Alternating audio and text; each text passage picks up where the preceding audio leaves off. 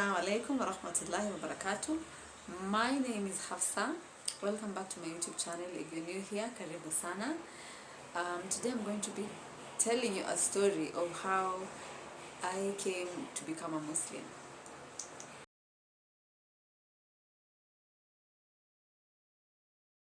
So I reverted to Islam back in 2022, March 28th. I think I was 23 years old. I was so nervous. It was, honestly speaking, looking back, it was the biggest, the boldest, and the best decision I've ever made in my life. I wouldn't change it for the world. I wouldn't change it for the world.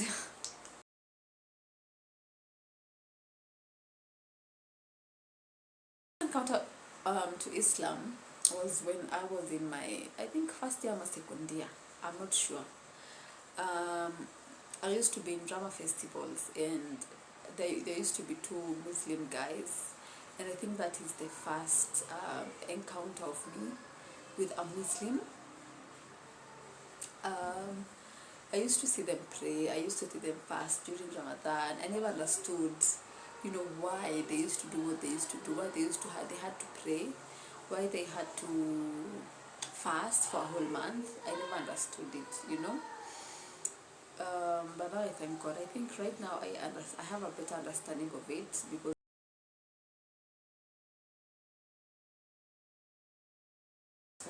that point for me, that time that niliona, Islam is for me, was first of all learning that Islam and Christianity were not so different. So I'd not be throwing away what I knew, fully what I knew. I'd just be adjusting a few things. And the main one was, from Sunday school to where I was at that point, to very many preachers, because I had gone to church so many times, they used to say Yesu ni Bwana, and that, astaghfirullah, and that never sat right with me. I never, sikuwai believe that Jesus was God. Yeah, and I feel as if when now I came to learn that, Jesus is also in Islam, and he's not God. He's not the son of God, that he's a prophet. It made so much sense. And I was like, you know what? That actually makes sense. It makes so much sense. Yeah, and I feel as if that was the major thing for me. But also, when I got deeper, when I came to learn about the rights of women in Islam, I was like, girl, this is it, I feel like, I fell in love. I'm not gonna lie, I fell in love. And I actually, even from that point, I started adjusting my life to it. I stopped wearing, skimpy clothes. I stopped wearing crop tops and short skirts. Yeah, and yeah, it went on well. Here we are now.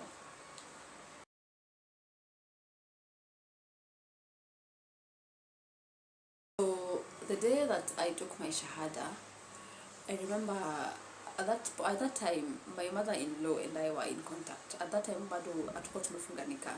So my mother-in-law and my mother-in-law and I were tulikuwa tunaongea, and she had also taken initiative in teaching me a few things about Islam. And ile siku nilikuwa nasilimu, nakumbuka hata alinipea nguo ndio niende msikiti. I went to Jamia Mosque. I wanted to pray dhuhur. So I went to Jamia Mosque, nikaenda kwa ofisi zao on the women's side, nikapata an ustadh alikuwa anaitwa Ustadh Hafsa. So wakaniuliza, why do you want to revert to Islam? Because apparently you can't just wake up and revert. You have to have a reason. And you can wake up and revert, but it has to be out of your own will, so that no one is coercing you to, to do something that you don't want. It shouldn't be forced. So wakaniuliza maswali, why are you reverting to Islam? How did you come to learn about it? Blah, blah, blah. Is someone forcing you? Nini. Nikamwambia hapana. And then they guided me. Nikasema shahada. And it was so emotional. And unfortunately, I felt good, but I felt so lonely, because now this is a journey that I'm taking individually as Hafsa. And the only person I had was my husband and my mother-in-law. I didn't have friends. So I even ended up losing so many friends. And I have made new friends, yes, but that feeling, you never shake that feeling off. By the time you now get new friends, you adjust to life. It takes so much, and it's so long. It's a very lonely journey, I'm not gonna lie, and I've actually had very many reverts see this. It's a very lonely journey, but it gets to a point, and in anza kukua, it starts getting easier.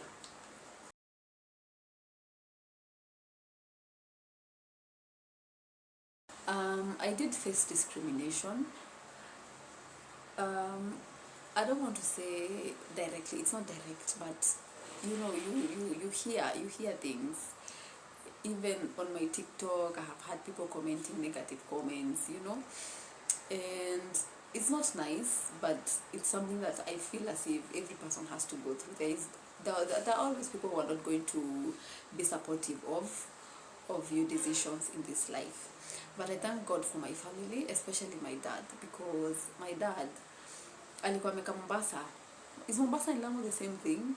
Alikuwa ameka, I think it's Lamu. Alikuwa ameka huko for a very long time, and he had interacted with a lot of Muslims, so he knew what Islam was, yeah.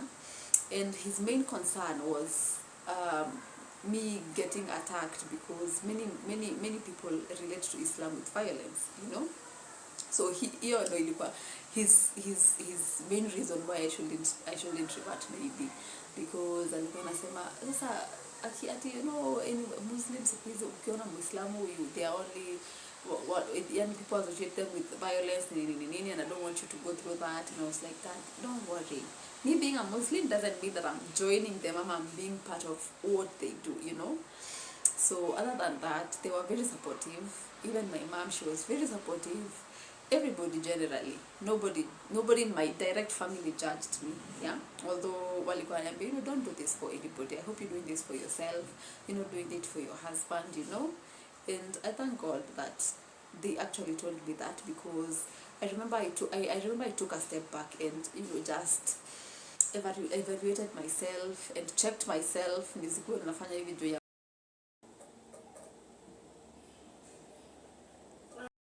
not say that I've fully adjusted. I feel as if I'm still learning and I'm still adjusting. There are a few things that are very, very hard to shake off. And because unajua ni vitu ulikuwa umezoea, every day ulikuwa umezoea, so fully changing is not that easy. Even putting on the hijab, it was not an easy thing. It's something that takes time, step by step. You start with the head, but huku chini bado unavaa vile unavaa, and then you start wearing modestly everywhere, but you're still showing your neck. So I feel as if it's something that takes time.